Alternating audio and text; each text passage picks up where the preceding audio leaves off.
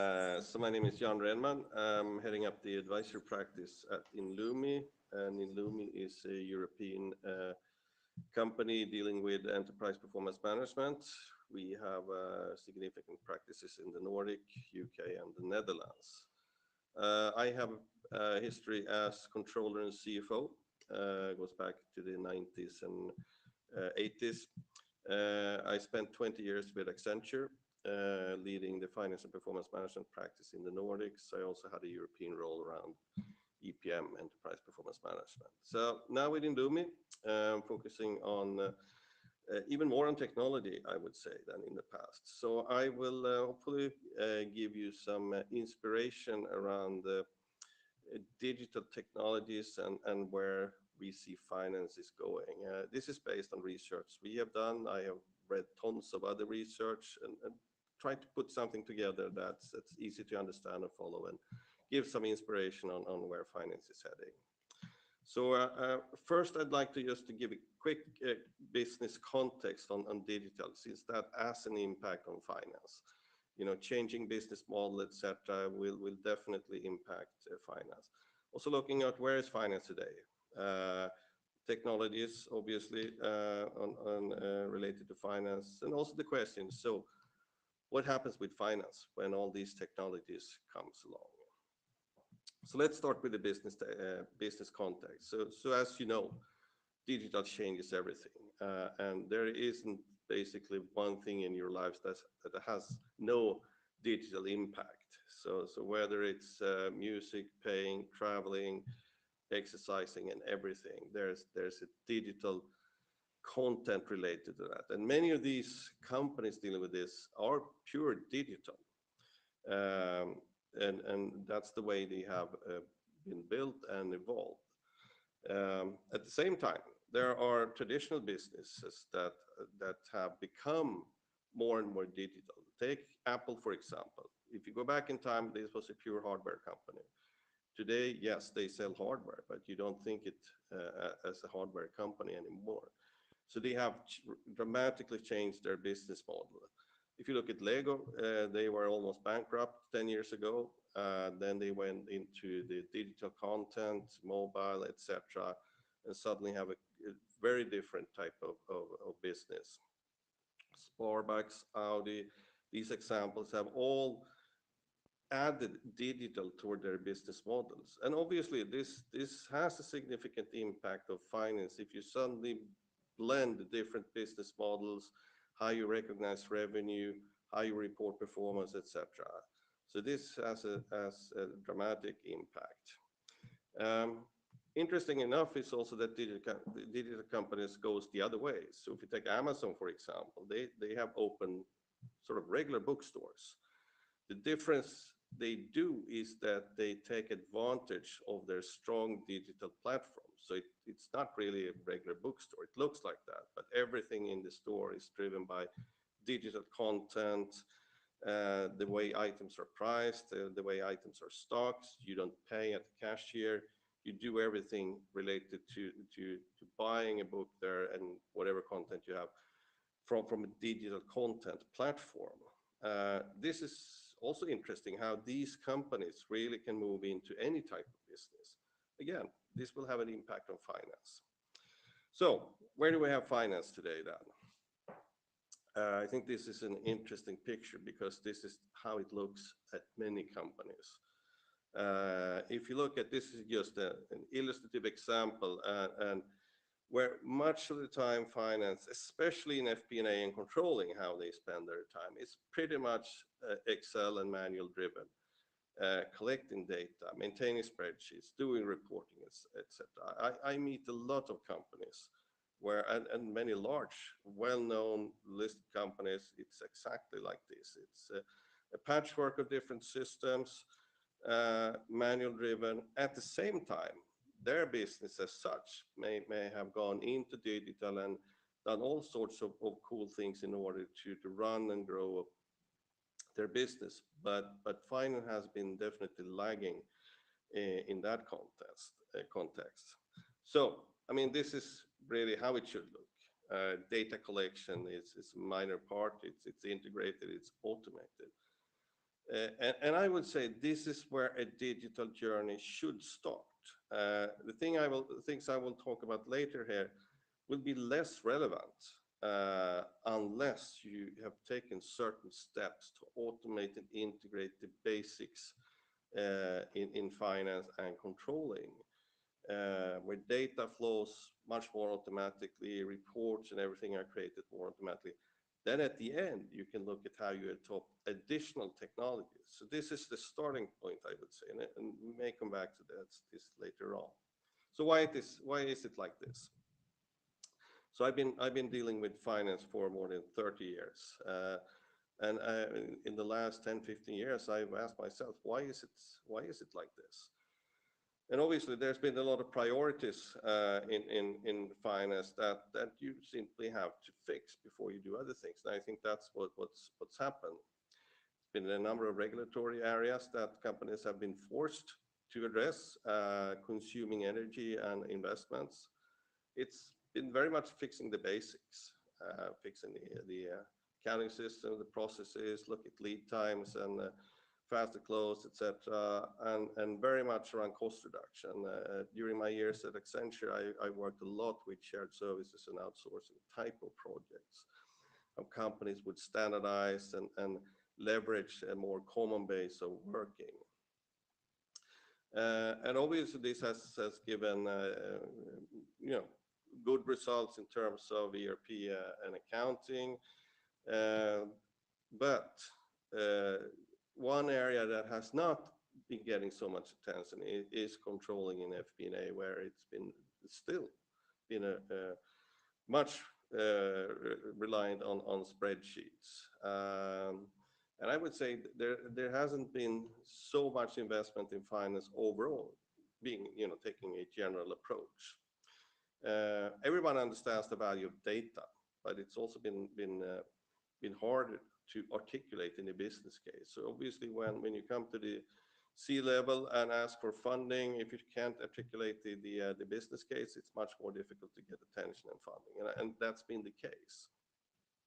However, as we see it, and I think that's the overall sense in the business, this will change, and we already see how digital is pushing a number of new requirements to finance. It's about disruption, how new business model comes in. You have to react. You have to understand what the impact that has on your business and how finance can be proactive.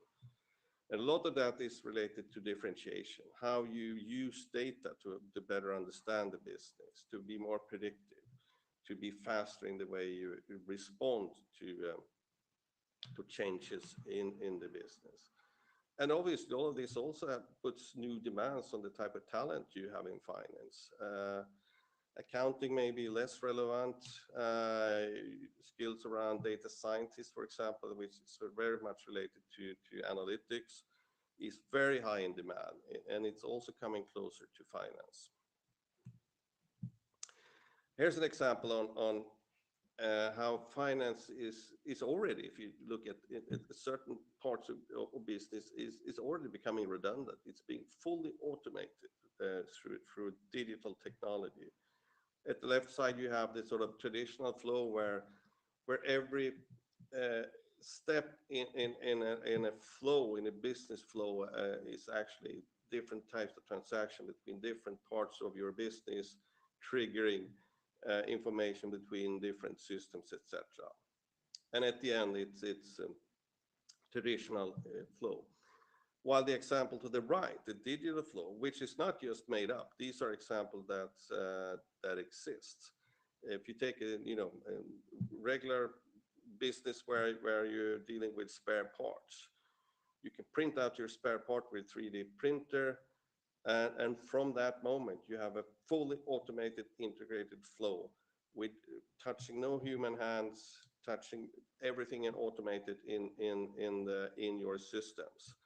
So there's no processing around payables, receivables, etc. Everything is automized from the moment that the spare part is printed out. So it's an interesting example of where things are going. Sure, this is This is may not be applicable for all types of businesses, and maybe just here and there, but it's something that will become much more common and have an impact on finance, of course. So here's our view on the technology areas that will have the most significant impact on finance. Cloud, robotics, analytics, big data, and artificial intelligence. I will go through all of them briefly.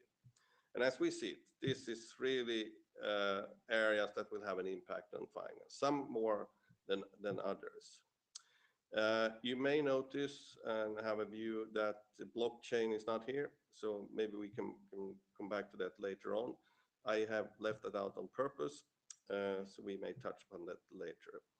But these are the four areas that we see will have the biggest impact on finance and its professionals going forward in the next 5-10 years or so.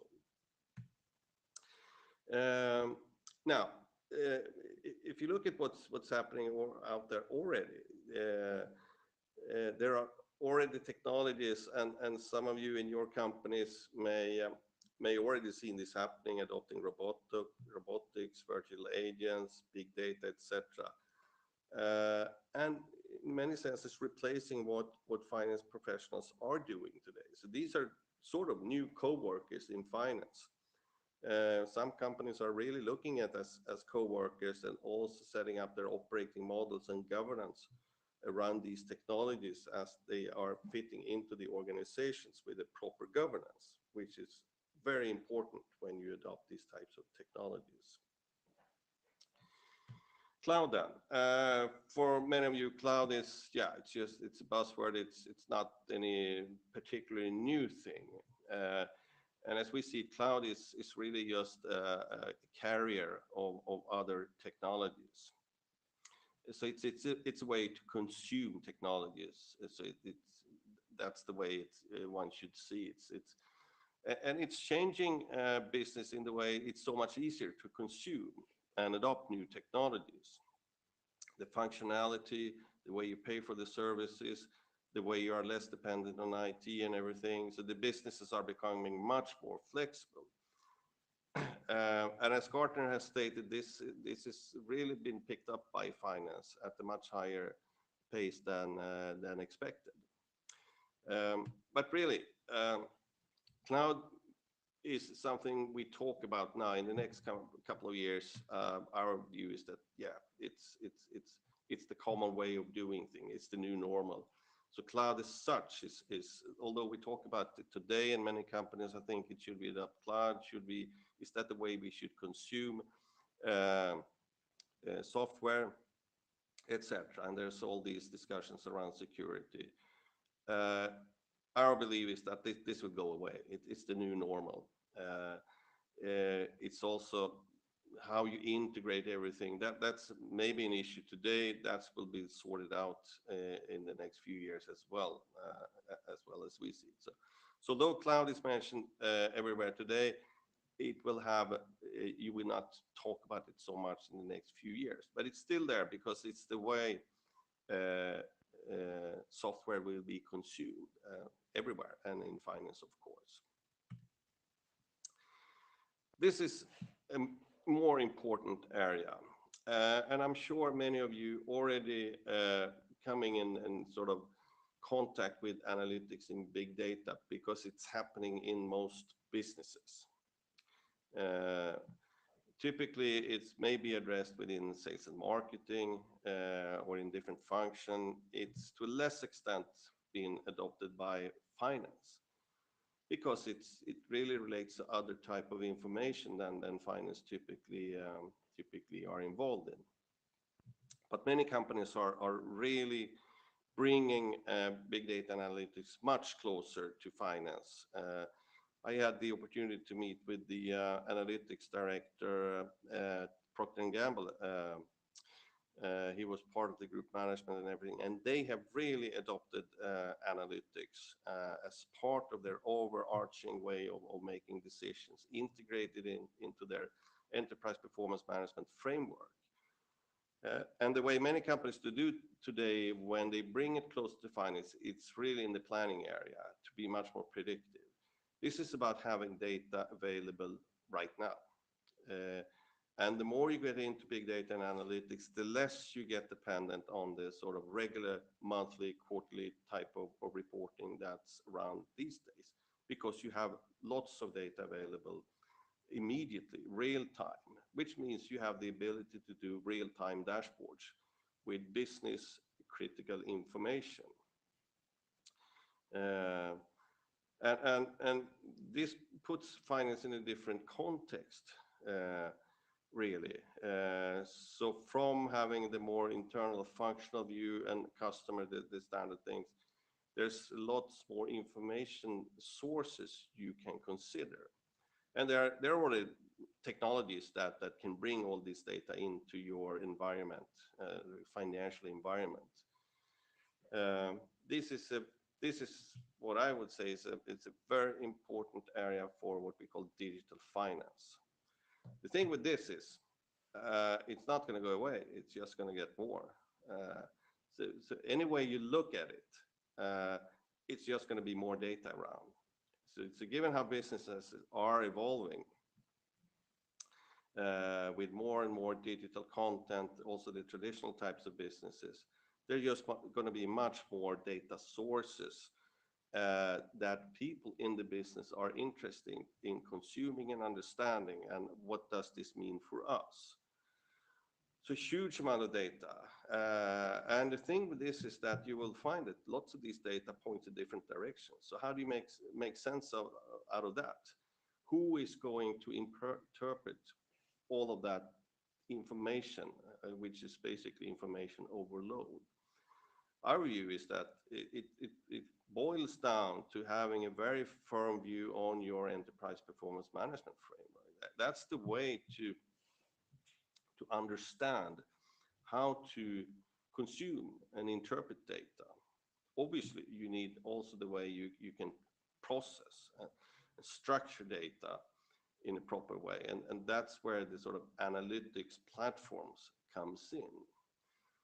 So if you look at this example, it's really the way you typically do set up your framework for measuring a business is really going down and do a value tree. It goes back to your strategy, and you look at your value drivers and you define your KPIs.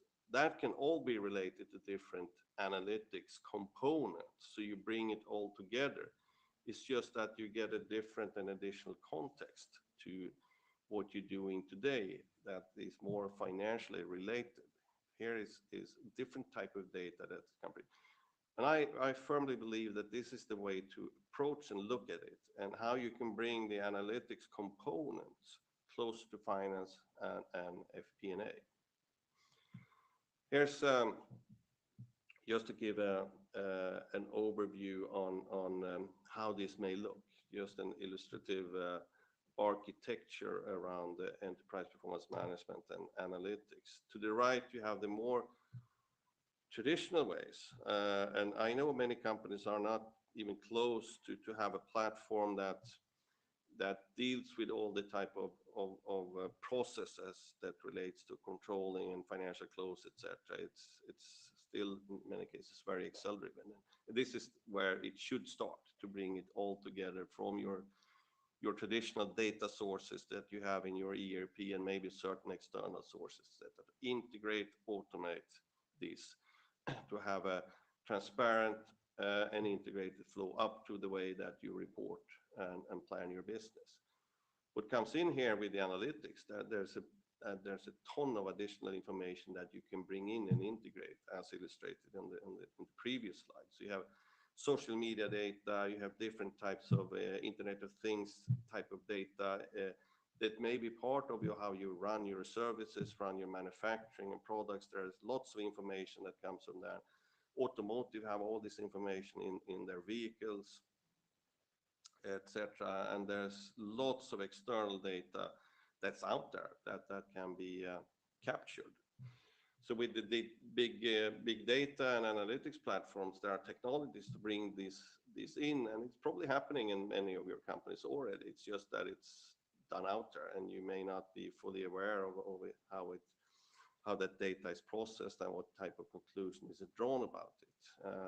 And again, this should be brought into the um, sort of compounded view of how your business is going. Some of this information is real time, some is more periodical, but it should all be combined on the upper level where you do your report, you do your analytics, you do your predictions, and set up your self-service in a structured, planned way.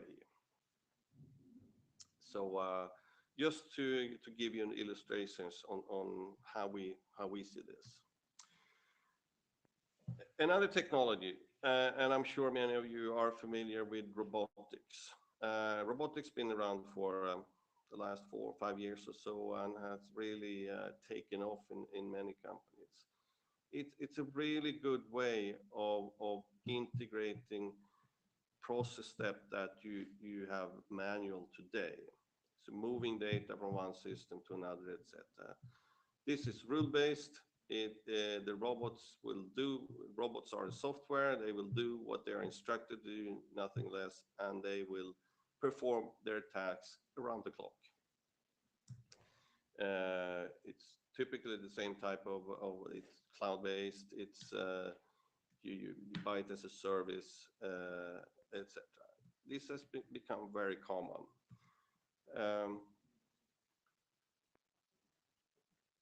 The way we see it is that although this offers a quick win to replace manual activities, we think other technologies will take over.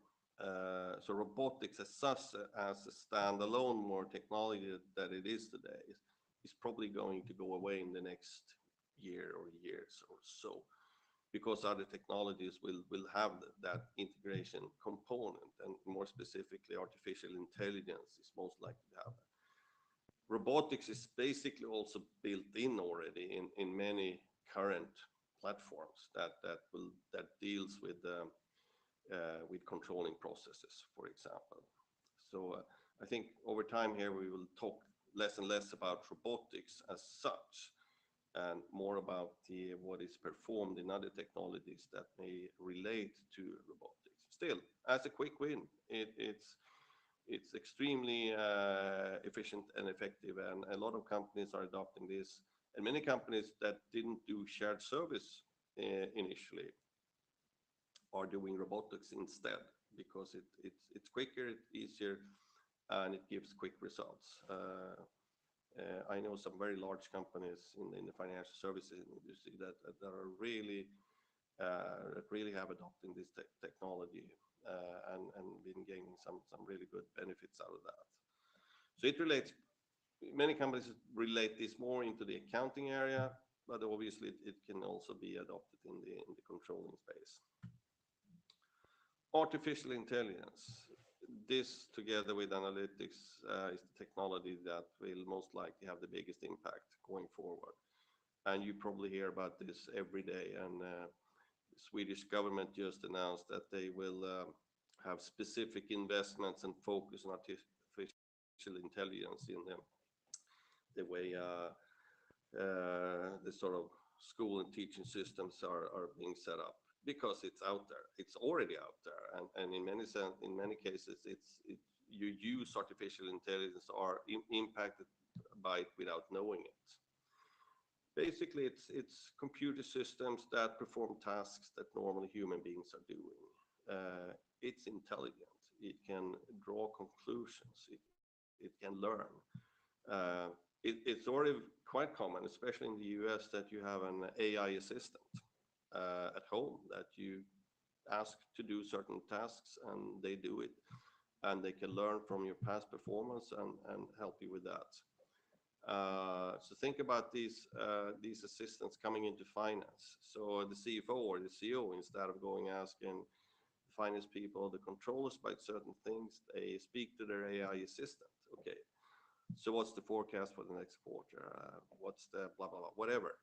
Speak to the assistant instead. If that assistant is then connected with your underlying systems, Amazon already has they have their Alexa, which is very popular assistant, again, especially in the US.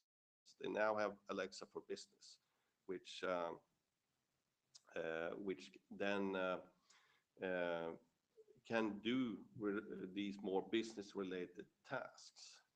Obviously, with AI, you can get support in the way you do your planning and forecasting, based on historical patterns, the way they learn how things evolve in your business. You can get recommendations and suggestions with AI technology. You can do advanced scenario modeling, etc. So this is really interesting. As we see it, this is where the real change will come into finance. Right now, it's being explored and everyone is looking into it. In a couple of years, it's gone beyond that. It's being adopted as a common technology and a way to automate things in a significantly different way than today. What's critical, as I said before, around all these technologies, governance, how you govern these technologies in the way that they do what you want them to do, because they become sort of a workforce.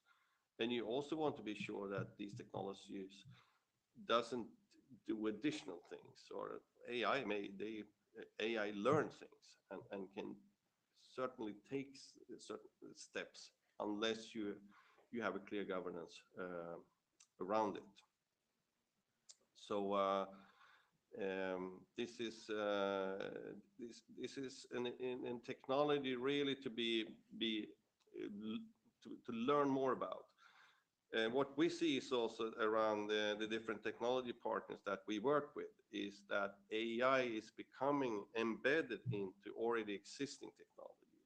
So as such, it may not be a separate technology that you go out and buy, or because it becomes embedded in your standard controlling tools, in your accounting systems, etc. So all the big software vendors are looking into this, and they're looking into how to embed AI into the platforms they really have. Some have already taken certain steps there, and this is a development area that basically everyone is looking into. So it will be interesting to follow where this is going, and some may find it a bit scary, others may find it really interesting.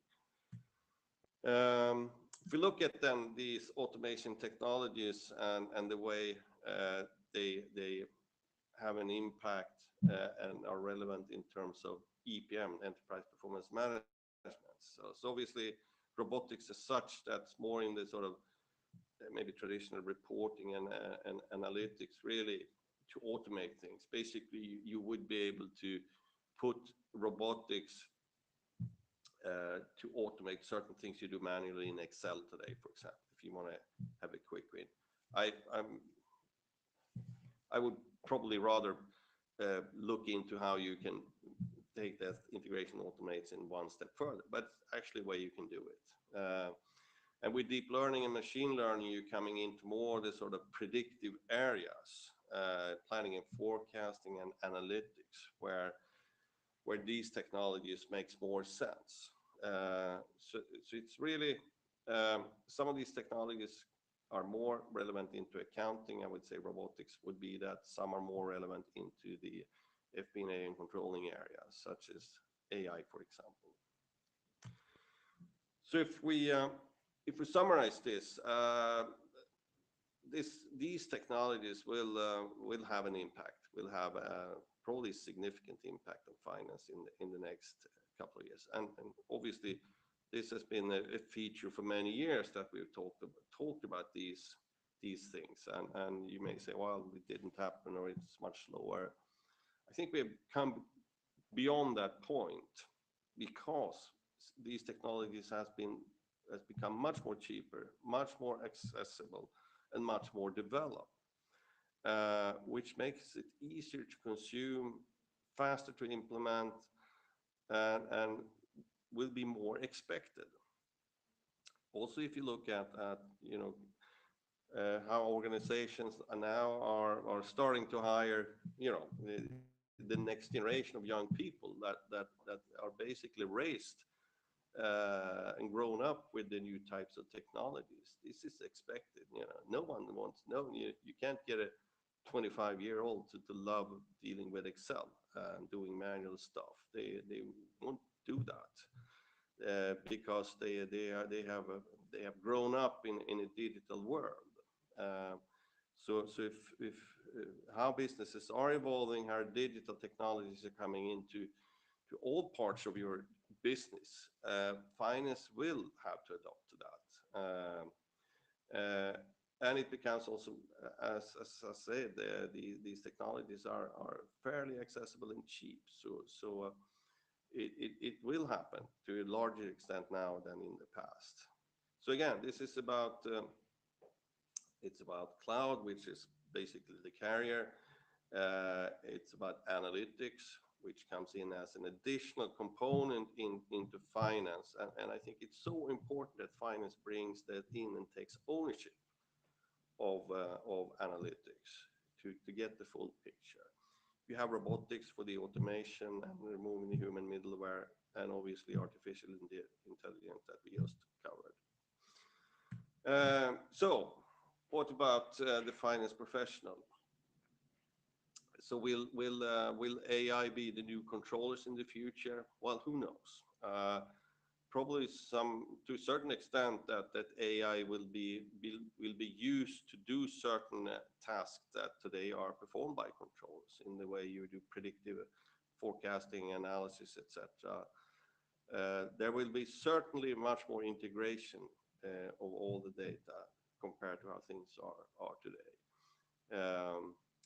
And businesses as such will adopt much more integrated digital value chain. Even traditional businesses will add or complement their business structure with a digital value chain eventually, even if that may not have happened yet, because that's where things are going. So for finance then, it's critical to close that digital gap that you may have today. Maybe not everyone, but many businesses that I visit and talk to have a significant digital gap between finance and the rest of the business because it's underinvested. So that goes back to that slide I showed before, where you have this sort of manual work week compared to the more integrated work week. That is critical, and that's where you start. And we're doing that, adopting these new technologies, finally can really step up and become that business partner that we have talked about for the last 15 years or even more. And again, traditional finance will be less relevant in the future, with additional skills being in demand to complement. Obviously, traditional finance will not completely go away, but there may be less in demand. And if you read what different papers say, it may not be the future career in finance and some other types of work as well. So with that, finance to be the insight engine for the business and the business partner, and with that also enterprise performance management, understanding the full picture of the business and its performance will become more important than ever. So with that, I think I'm done with my presentation. I hope you found this interesting. You may have read or heard about a lot of these things in the past, but try to wrap things up here in a consumable way, I hope.